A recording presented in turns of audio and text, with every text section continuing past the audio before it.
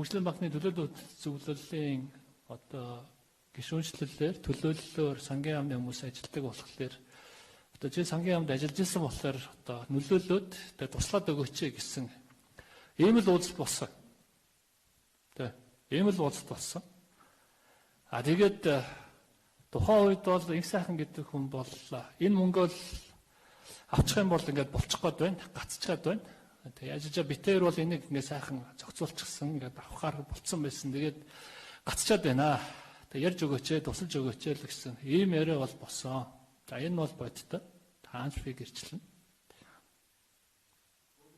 За Монлог компани захирал инх сайхантай та уулзах ажлыг одоо холбож өгсөн тэр улс төрийн гэх хүнийхээ нэрийг хэлэх нь зүг баг л та. Хэн гэж хүн уулзсан. За тэгэхээр би дахин хэлэх энэ нэгний нэр хүндэд талдж байгаа бол зүйл биш, энэ бодтой. Өөрөө ч бас нотлох байлгүй дээ. Энэ бол тухайн үеийн улсын хурлын гишүүн Исганбаатар. Өнөөдрийн бас улсын хурлын гишүүн байгаа.